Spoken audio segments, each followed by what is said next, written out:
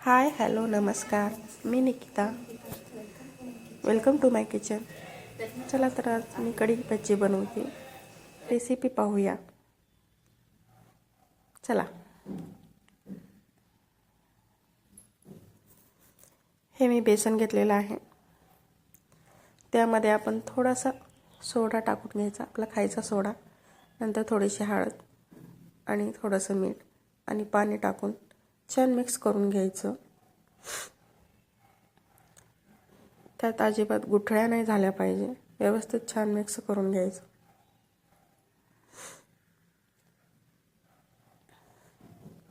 Mix झाल्यानंतर आपण कढीसाठी दही घ्यायचं.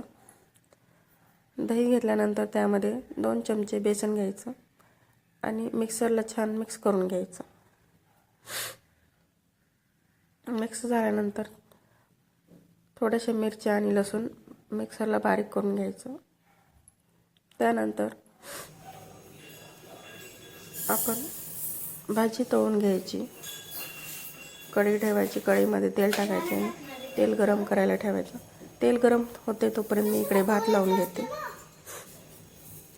म्हणजे आपल्याला दोन्ही गरम गरम खाता येईल.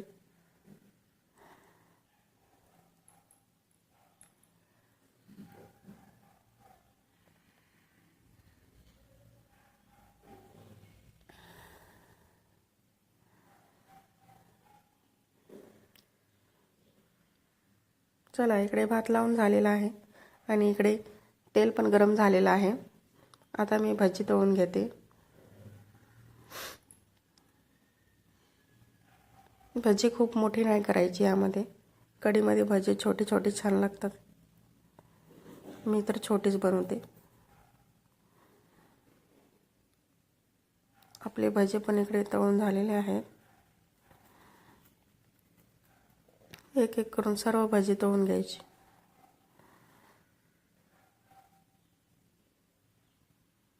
भजी तळून झाल्यानंतर परत कढई ठेवायची. त्यामध्ये 2 चमचे तेल टाकून घ्यायचं.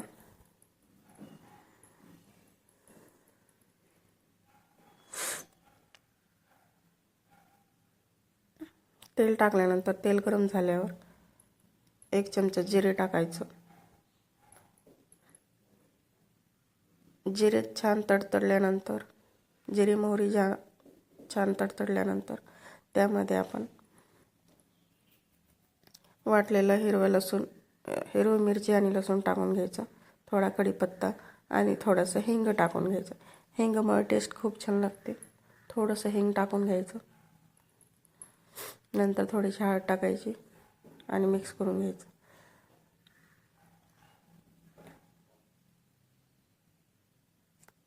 त्यानंतर आपण त्यात मिक्सरला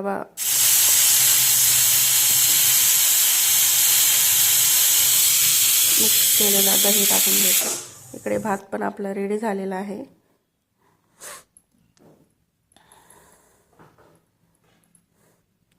आणि इकडे कढीमध्ये आपण भाजी टाकून घ्यायची आणि छान उकळी येऊ द्यायची मस्तपैकी.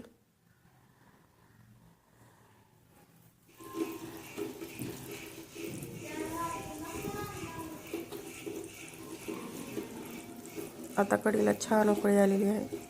आता आपण त्यामध्ये थोडीशी कोथिंबीर टाकून घ्यायची. अशी वरून कोथिंबीर टाकल्यानंतर खूप छान फ्लेवर येतो. मिक्स करून आपण प्लेट झाकून देऊ.